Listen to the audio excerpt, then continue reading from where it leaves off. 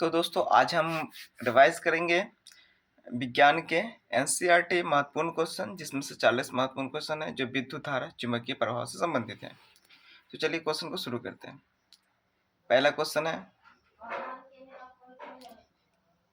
किसी सीधे चालक तार में विद्युत धारा प्रवाहित करने पर उसके चारों ओर क्या उत्पन्न हो जाता है। तो जब भी अगर हम धारा जैसे कि प्रवाहित कर रहे हैं, यहाँ से करंट ऐसे ऐसे जा रही है, तो इस पर ना एक ऐसे इस तरह से क्या होती है, चुंबकीय क्षेत्र उत्पन्न होती है। इस पे क्या होती है, तो इसका यहाँ सही आंसर हो जाएगा दोस्तों चुंबकीय क्षेत्र। आगे बढ़ते हैं। चुंबकीय क्षेत्र रेखाएं चुंबक के किस ध्रुव से निकलती है, यानी कि चुंबकीय क्षेत्र जो रेखाएं हैं चुंबक के किस ध्रुव से निकलती है। तो उत्तरी ध्रुव से यानी कि नॉर्थ पोल से निकलती है और दक्षिणी ध्रुव की तरफ जाती है। मान लीजिए ये चुंबक है, अगर ये नॉर्थ पोल है तो ये साउथ पोल होगा। इधर से निकलती है ना, इधर से क्या होती है, निकलती है और इधर की तरफ जाती है।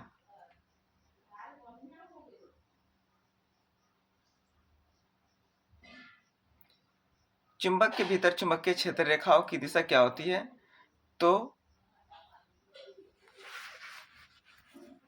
दक्षिणी ध्रुव से उत्तरी ध्रुव, दक्षिणी ध्रुव से उत्तरी ध्रुव, यानी चुंबक के भीतर के चुंबकीय क्षेत्र रेखाएं की दिशा क्या होती है, दक्षिणी ध्रुव से उत्तरी ध्रुव निकलती है। दक्षिणी ध्रुव से क्या होगी, उत्तरी ध्रुव निकलती है।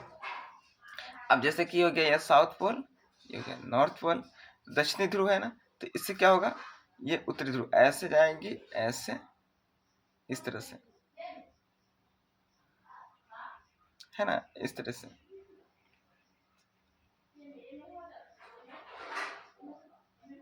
दो चुंबकीय क्षेत्र रेखाएं एक दूसरे को प्रतिच्छेदी क्यों नहीं करती। बहुत दोस्तों वीवीआई क्वेश्चन है।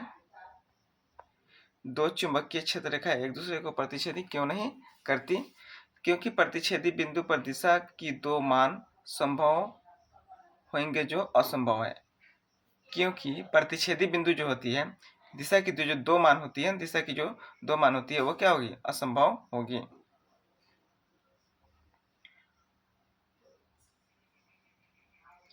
चुंबकीय क्षेत्र की तीव्रता का ऐसे मात्रक क्या है। चुंबकीय क्षेत्र की तीव्रता का ऐसे मात्रक टेस्ला होगा। टेस्ला से हम चुंबक का मतलब पावर, यानी कि पावर का भी ताकत लगाते हैं कि वह चुंबक कितनी मतलब शक्तिशाली है, उसको टेस्ला से सूचित करती है, जो टी से लिखाता है। किसी सीधे धारावाहिक चालक के तार के कारण उत्पन्न चुंबकीय क्षेत्र की रेखा कैसी होती है। तो इसका आंसर हो जाएगा सकेंद्रीय वृत्त। सकेंद्रीय वृत्त की तरह होगा, जैसे मैंने आपके ऊपर बनाया सकेंद्रीय वृत्त की तरह होता है, इस तरह से।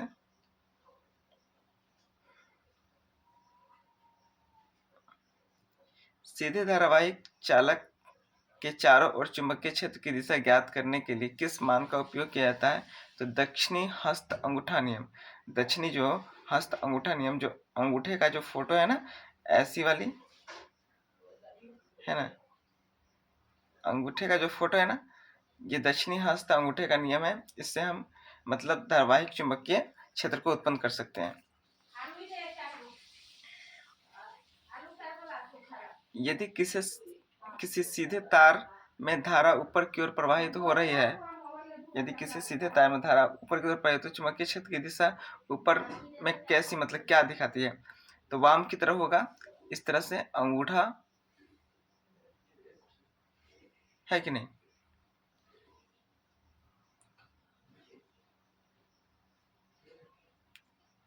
पास पास लिपटे विद्युत रोधी तांबे के तार की बेलन की आकृति की अनेक फेरे वाली कुंडली को क्या कहते हैं, तो परिनालिका कहते हैं। जैसे कि आप ऐसे देखेंगे और इस पर इस तरह से ऐसे क्या होगा, लपेटा हुआ रहता है ना, इसको हम लोग क्या बोलते हैं, परिनालिका। इसका सही आंसर क्या हो जाएगा, परिनालिका। किसी धारावाही परिनालिका के भीतर चुंबकीय क्षेत्र कैसा होती है, तो यहाँ लिखा है सभी बिंदुओं पर समान होती है। दोस्तों वहां पे सभी जो बिंदु होते हैं ना, ऐसे ऐसे जा रही है, और इसमें से अगर एक रॉड गुजरी हुई है ना, तो जब भी सभी बिंदु होंगे वहां पर क्या होगा, चुंबकीय क्षेत्र समान होगा।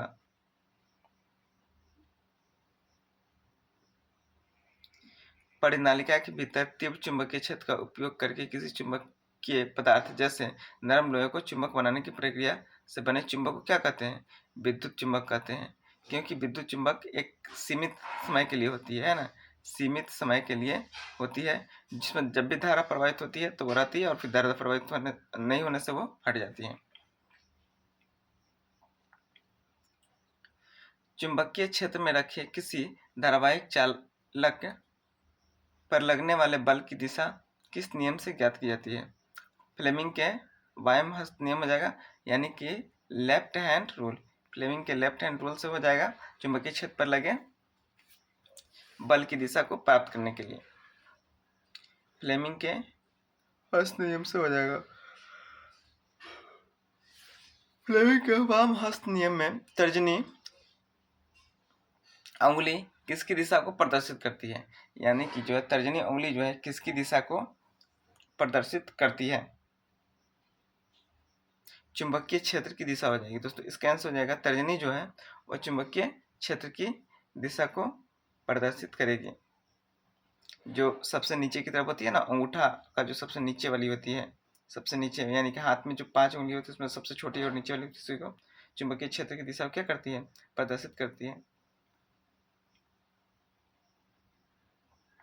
ऐसे डिटेल्स दोस्तों यहाँ पे लिखी हुई है। तर्जनी है, याद रखने का ट्रिक, तर्जनी, चुंबकीय क्षेत्र, मध्यमा करंट और अंगूठा मोशन यानी बल। किसी धारावाहिक चालक पर चुंबकीय क्षेत्र में अधिकतम बल कब लगती है? चुंबकीय क्षेत्र पर अधिकतम बल जब धारा और चुंबकीय क्षेत्र की दिशा परस्पर क्या होती है? लंबवत होती है। जब धारा और चुंबकीय क्षेत्र की दिशा परस्पर लंबवत होती है। विद्युत मोटर एक ऐसी युक्ति है जो रूपांतरित करती है, तो ये हो जाएगा विद्युत ऊर्जा को यांत्रिक ऊर्जा में। विद्युत ऊर्जा क्या करती है? यांत्रिक ऊर्जा, यानी करंट को एक प्रकार की काम के लिए बदल देती है, तो इसको बोलेंगे यांत्रिक। व्यावसायिक मोटरों में शक्ति बढ़ाने के लिए किसका उपयोग किया जाता है? अस्थायी चुंबक का। व्यावसायिक मोटर जो होती है, जो काम करने के लिए, खेती उती करने के लिए या पानी उनी के लिए जो होती है, उसमें शक्ति बढ़ाने के लिए, उसका ताकत बढ़ाने के लिए अस्थायी चुंबक का उपयोग किया जाता है।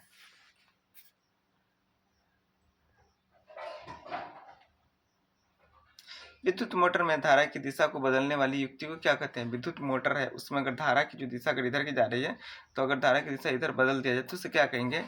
तो इसको विभक्त वलय या दीप परिवर्तक कहते हैं। विभक्त वलय या दीप परिवर्तक कहते हैं।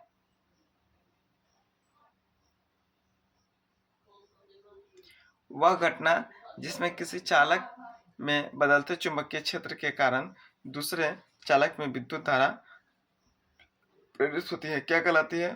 तो विद्युत चुंबकीय प्रेरण कहलाएगी दोस्तों। इसका आंसर हो जाएगा विद्युत चुंबकीय प्रेरण।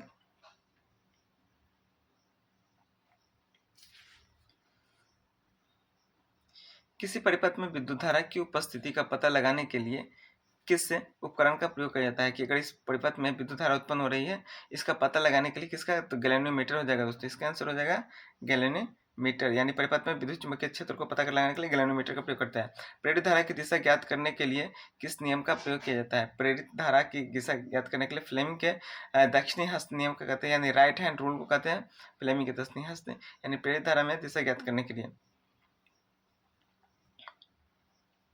हमारे घरों में मुख्य रूप से आपूर्ति की जाने वाली विद्युत धारा कौन सी होती है? तो ऐसी होती है जिसको अल्टरनेट करंट बोलते हैं, यानी कि ये इधर भी जाती है, इधर भी जाएगी आसानी से, इसमें कोई दिक्कत नहीं। यहाँ से अगर करंट निकली है तो यहाँ भी उसी शक्ति और उतना ही जाएगी जितना इधर जाएगी, जितना इधर जाएगी, तो इसको बोलेंगे अल्टरनेट एसी करंट। भारत में उत्पादित प्रतिवर्ती धारा यानी एसी की आवृत्ति कितनी होती है? 50 हर्ट्ज होती है दोस्तों, इसको याद रखना है। भारत में उत्पादित प्रतिवर्ती धारा यानी एसी की फ्रीक्वेंसी 50 हर्ट्ज होती है।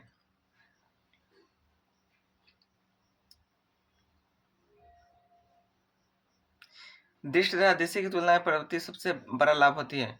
विद्युत ऊर्जा को बिना अधिक क्षय दूर स्थानों तक भेजने के लिए सही होती है। यानी देखिए, दृश्य धारा की तुलना में प्रतिवर्ती धारा सबसे बड़ा लाभ होती है, यानी कि डिश धारा जो होती है ना, आप लंबा दूरी के लिए भेजेंगे ना तो उसका वोल्टेज कमेगा, और यहाँ से कोई एक नया तार निकाल देंगे तो इसमें वोल्टेज तो बिल्कुल ही नहीं रहेगा, वो सीधी जाएगी। पर एसी में ऐसा नहीं होती है, अल्टरनेट करंट में जितना इधर जाएगी उतना ही इधर भी जाएगी। घरेलू विद्युत में विद्युतमय तार या धनात्मक तार का रंग सामान्य कैसा होता है? तो ऐसे दोस्तों लाल से रखा जाता है, जो भी प्लस वाली जो तार होती है उसको लाल से दिखाया जाता है। लेकिन घर में जब हम कोई भी काम कराते हैं तो जैसे भी जोड़ देते हैं चल जाता है, लेकिन आगे फ्यूचर के लिए समझने के लिए हमको लाल ही देना चाहिए धनात्मक के लिए, यानी गर्म तार के लिए।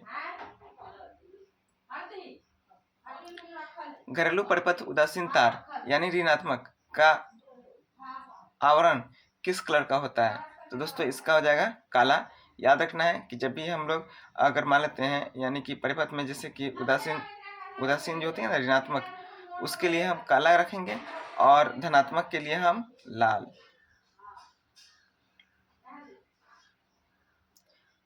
घरेलू विद्युत परिपथ में सुरक्षा का उपाय है तो भू संपर्क तार का आवरण किस रंग का होती है? तो हरा होती है। यानी कि अर्थिंग जो हम लोग जमीन के नीचे देते हैं, है ना, अर्थिंग जो हम लोग जमीन के नीचे देते हैं उसका जो होता है कैसा होना चाहिए? तो हरा। हमने समझा धनात्मक के लिए लाल और भू संपर्क के लिए हरा, और मतलब जो काला वाली थी वो क्या थी? ऋणात्मक के लिए।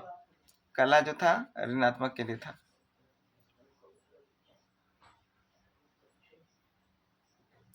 भू संपर्क तार को घर के पास गहरी भूमि में दबी धातु की प्लेट से क्यों जोड़ा जाता है? विद्युत धारा के रिसाव की स्थिति में कम प्रतिरोध का पथ आदान करने के लिए, यानी कि जब भी कोई करंट वगैरह अगर मान लेते हैं सप्लाई हो बाय मिस्टेक कोई करंट, है ना, तो उसमें क्या होगा? विद्युत धारा के रिसाव जो है स्थिति में कम प्रतिरोध का पथ प्रदान करने के लिए, यानी कि जिसमें आसानी से वो क्या हो जाए? जमीन के नीचे चले जाए।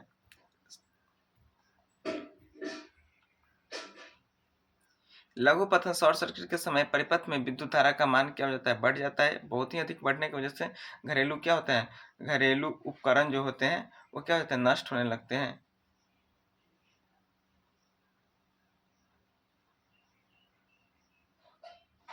घरेलू विद्युत परिपथ में अतिभारण या शॉर्ट सर्किट की सुरक्षा के लिए महत्वपूर्ण कौन सी है? फ्यूज। हम लोग क्या करते हैं घरों में? फ्यूज लगाते हैं, है ना। बोर्ड में क्या करते हैं हम लोग? फ्यूज लगाते हैं, और फ्यूज लगाने की वजह से हमारी क्या होती है? शॉर्ट सर्किट में फ्यूज की तारें क्या होती है? आसानी से गल जाती है, गलने की वजह से बच जाती है। अभी तो आप देखेंगे ना मतलब बहुत सारी सुविधाएं आ गई है फ्यूज की जगह पे, जहाँ पे एक ऐसे उठाने वाला रहता है, क्या नाम है उसका भूल रहे हैं, जो ऐसे उठा देते हैं तो चालू हो जाता है, फिर जब भी शॉर्ट सर्किट तो नीचे गिर जाती है। आजकल घरों में फ्यूज के स्थान पर किस आधुनिक सुरक्षा युक्ति का प्रयोग बड़े पैमाने पर किया जाता है? तो एमसीबी। दोस्तों मैं इसी के बारे में उसके बारे में बता कर रहा था। इसको एमसीबी बोलते हैं, जो बहुत ही फ्यूज की अपेक्षा ज़्यादा मतलब एक्टिविटी इसमें रहती है कि फ्यूज से जल्दी ये मतलब गिरने के चांसेस में होती है। चुंबकीय क्षेत्र किस प्रकार की राशि है? चुंबकीय जो क्षेत्र है किस प्रकार की राशि है? तो यह सदिश राशि हो जाएगी। चुंबकीय क्षेत्र सदिश राशि है, इसे याद रखनी है।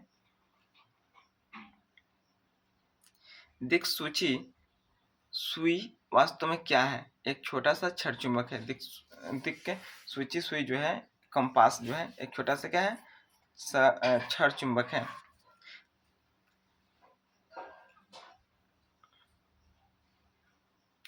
किसी स्थान पर चुंबकीय क्षेत्र रेखाओं की सघनता क्या दर्शाती है? चुंबकीय क्षेत्र की अपेक्षित प्रबलता, यानी कि चुंबकीय क्षेत्र की जो रेखाएं जो होती है, जो ऊपर से नीचे की तरफ ऐसे आती है, वह चुंबकीय क्षेत्र की अपेक्षित प्रबल यानी उसकी ताकत को बताती है।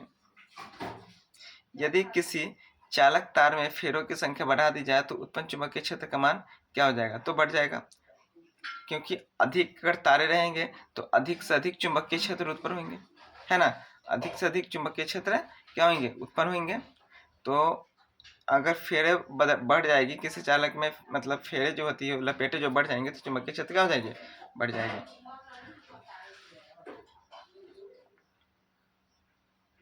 माइकल फैराडे ने अपने प्रसिद्ध प्रयोग में क्या सिद्ध किया था? गतिमान चुंबक द्वारा कुंडली में प्रेरित विद्युत धारा उत्पन्न की जा सकती है। मतलब गतिमान चुंबक की वजह से अगर मान लेते हैं गतिमान चुंबक द्वारा कुंडली में प्रेरित विद्युत धारा उत्पन्न की जा सकती है। अगर कोई कुंडली बनी हुई है धारा की, अगर चुंबकीय वाला क्षेत्र अगर उत्पन्न किया जाए किसी दूसरे मतलब माध्यम से, तो उसमें जो क्षेत्र उत्पन्न होगी चुंबकीय, उसकी वजह से इसमें भी क्या होगी, एक प्रकार की धारा उत्पन्न होने की संभावना बढ़ जाएगी। विद्युत जनरेटर का मूल सिद्धांत क्या है? तो चुंबकीय प्रेरण पर काम करती है विद्युत जनरेटर। अब क्या होगी, हम लोग जनरेटर जो शादी में इस्तेमाल कर सकते हैं, हम लोग शादी में इस्तेमाल करते हैं जनरेटर, जिसमें क्या होती है, जब हम लोग जनरेटर चलाते हैं तो उसमें से जो करंट निकलती है वह चुंबकीय क्षेत्र उत्पन्न करके तो निकलती है।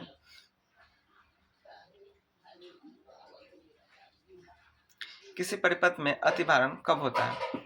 जब बहुत सारे उच्च शक्ति विद्युत उपकरणों को एक साथ एक ही सॉकेट से जोड़ दिया जाता है। एक साथ जो है एक ही सॉकेट से जोड़ने की वजह से अतिभारण यानी लघु पतन ओवरलोडिंग की वजह से ओवरलोडिंग हो जाता है। जब बहुत सारे शक्ति वाले विद्युत उपकरण को एक साथ ही क्या बोलेंगे, एक ही सॉकेट में जोड़ देंगे, यानी एक ही फ्यूज के पास में उसी जगह से बहुत सारा तार निकालेंगे, फ्रिज को भी जोड़ दिए, मान लेते हैं पंखा को भी जोड़ दिए, है ना, मोटर को भी जोड़ दिए एक ही प्लग के पास से, तो वैसे क्या कंडीशन में हो जाएगा, ओवरलोड हो जाएगा और शॉर्ट लगने के चांसेस बढ़ जाएंगे। गैल्वेनोमीटर की सुई का विपेक्ष क्या दर्शाता है? परिपथ में धारा की उपस्थिति की दिशा। इसका आंसर दोस्तों याद रखिएगा।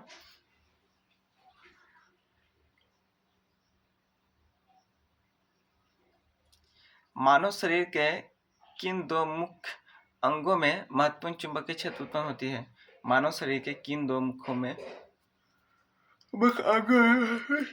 क्षेत्र उत्पन्न होती है? अच्छा, तो हमारे शरीर के अंदर में दोस्तों हृदय और मस्तिष्क दो जगह चुंबकीय क्षेत्र उत्पन्न होती है। ये तो पूरे इंपॉर्टेंट है दोस्तों, आगे कंपटीशन में भी ये क्वेश्चन पूछे गए हैं और पूछे जाएंगे भी। तो हृदय और मस्तिष्क जो है हमारे शरीर में यहाँ पे चुंबकीय क्षेत्र उत्पन्न होते हैं। चिकित्सा क्षेत्र में प्रयुक्त एमआरआई का पूर्ण रूप यानी फुल फॉर्म क्या है? द मैग्नेटिक रेजोनेंस इमेजिंग, यानी कि इसका जो एमआरआई जो होती है, जिससे हम अपने शरीर के बारीकी से बारीकी यानी छोटे से छोटे पार्ट को क्या करते हैं, देखने के लिए देखने में इस्तेमाल करते हैं। तो दोस्तों ये 40 क्वेश्चन आपको कैसे लगा? अगर वीडियो आपको अच्छी लगी हो तो चैनल को लाइक और सब्सक्राइब जरूर करें। मिलते हैं अगली वीडियो के लिए, आज के लिए इतना ही, चलिए।